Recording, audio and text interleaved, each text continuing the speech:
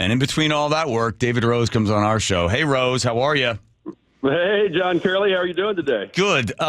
This story of this judge is, not unique to her. It seems to be a continuing problem in the state of Washington where judges seem to be extremely active in a bias from the bench regarding certain defendants. And you have a case of the King County judge that you have some interesting audio as this judge was talking to the mother of the defendant. You want to set this up for us and why this has gotten so much attention? Yeah, so I first started working on this after a defendant named Keshawn Jimerson was arrested for murder second degree, and a King County district judge, Michelle Gelson, released him on $50,000 bail. He bailed out the next day after he was accused of murder. Well, that's bad enough, right? So then when he goes before Judge Joanna Bender in Superior Court, prosecutors ask for a $2 million bail. They formally charge him with murder in the second degree. And as they're discussing this, she asks if anybody in the courtroom would like to approach the bench. Well, Keshawn's mom flew up from Texas, and she approached the bench and says, I would like the media not to show my son's face because I'm concerned about vigilante justice. And that's when Judge Bender said, well, hold on, I'm going to editorialize here for a minute. And then she proceeded to say this to the courtroom, John. I got it right here. This hearing isn't about me, but I will share with you that I often get death threats based on the decisions that I make, which is equally frustrating to me because I'm trying to do my job, and it should not be the responsibility of any member of the public to threaten my life because I am trying to uphold the law. So I am very empathetic to the situation that the family finds themselves in, having experienced it myself. And I understand personally how very frightening and disrupting it is, all the more so when you are also navigating this incredibly traumatic time in your family. I'm just doing my job. You're dealing with a crisis. That's a huge difference, and one for which I am very empathetic. I will also take this opportunity to editorialize that I hope that the press continues to take seriously their obligation to tell the stories of what happens in our courtroom in a fair and unbiased way, and takes every reasonable editorial action to not stir up public sentiment for revenge. Oh, who's she talking to there? Wait a minute. She's talking about me, obviously, because I've reported on her several times before. But I didn't stir anything up. I came at it with a very factual stance, and in fact pointed to two other decisions made in the last year, including a grandmother at an ATM out in Maple Valley shot multiple times in front of her granddaughter by two suspects, and then she gave one of those suspects a $50,000 bail. And explain that, David. When people hear, $50,000, that's a lot of money. That's not a lot of money. They have to pay $5,000 and they can get out. Right. She must think it's a lot of money. They're supposed to look at what is their likelihood of being able to afford the bail. Bail in Washington State is not supposed to be punitive. It is just supposed to ensure that the defendant returns to court. But judges can set a high bail when the safety of the public is in question. Anybody shooting a grandma on an ATM is a danger to the public. That person, there should be no chance that they have an opportunity to go out again and commit another crime. And so they're setting these bails based on what they believe is the correct amount. But I think overwhelmingly, a lot of people in the community disagree with those decisions, John.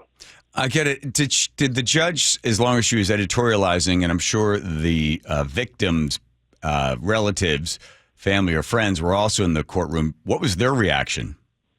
Well, so this particular victim is a 65-year-old handyman. Yes. He doesn't have a lot of family here, but he has a lot of friends who care deeply about him. And everybody we've talked to has been shocked by this because the judge had no words about the brutality of the crime. This young man was accused of stabbing the victim from behind with a large kitchen knife.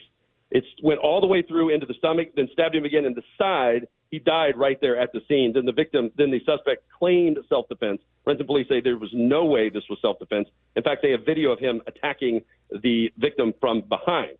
The judge did not even discuss the seriousness of the charges, the brutality of the crime, or have any statements at all for the victim's friends and family, anything. It was all about showing compassion and empathy for the mother of the suspect and for what the suspect is going through right now. And my head popped off, John. Yeah. I looked at that. Beth Roberts, our executive producer at night, was watching the court hearing, and she said, I don't believe what I'm seeing here. And I said, okay, let's watch the whole thing, right? And we did, and we just said we have to do this story. We just have to lay it out there, let the audience decide, and that's what we did. So this judge was appointed by the Metropolitan King County Council back in 2012. So all you need to do is you put a judge's name in and then put the word disproportionality in there, or you put in systemic racism and it pops up. So many of these judges in the state of Washington often feel as if, and here's from this judge, Bender used examples of saying it's use of past convictions as an indicator of moral character. She's questioning that. She also says there's the myth of neutrality. So basically what they're saying is, well, depending on the race of the defendant, it's important for us to take the race into consideration, which I'm pretty sure if you check the Constitution, that would be illegal. But they are from the bench. They are looking at the race of the defendant and then assuming, well, the person probably got a bad start in life, and then they include all this other stuff in there. So that's where you have somebody who gets a $50,000 bail, gets out on $5,000. There's no home monitoring given to some of these individuals. And in this case, here she is editorializing. I mean, I would file for discrimination and try to get a different judge in this case. But she's not unique, Judge Joanna Bender. There are others that are out there that have the same sort of, well, it's not really your fault. It's systemic racism. The whole system is racist, and you're not going to become another victim of racism. So therefore, a little slap on the hand, and you head back out to do whatever you need to do. And this is the problem, I believe, in the state of Washington, because these judges run either appointed or unopposed, and no one gets up to run against them. One particular judge, I think the first one you mentioned, she self-financed. She wins with $2,000. She gets in there, and, people don't even vote. They don't even really realize who they're voting for, and no one has ever really put together a whole list of these defendants that have, been getting a very sort of a light slap on the hand and sent back out again. Have you heard anything else from anybody else regarding Judge Joanna Bender? So you hit the nail on the head there. The issue is that nobody's running against these judges. So they once they get appointed and put into position, there's just no challengers, and they can set social policy from the bench. I asked the Superior Court Judge, K2 Shaw, specifically about this. I said, I am seeing decisions weekly, if not sooner, and hearing from victims and their families constantly that they feel that judges are focusing on the suspect's rights and not on the victim's rights. And he said, no, that's not absolutely not true. There's not some overwhelming order that we put out and tell our judges. But essentially, each judge is in charge of their own courtroom and can do whatever they want. And the only recourse that the public has is for somebody to run against them.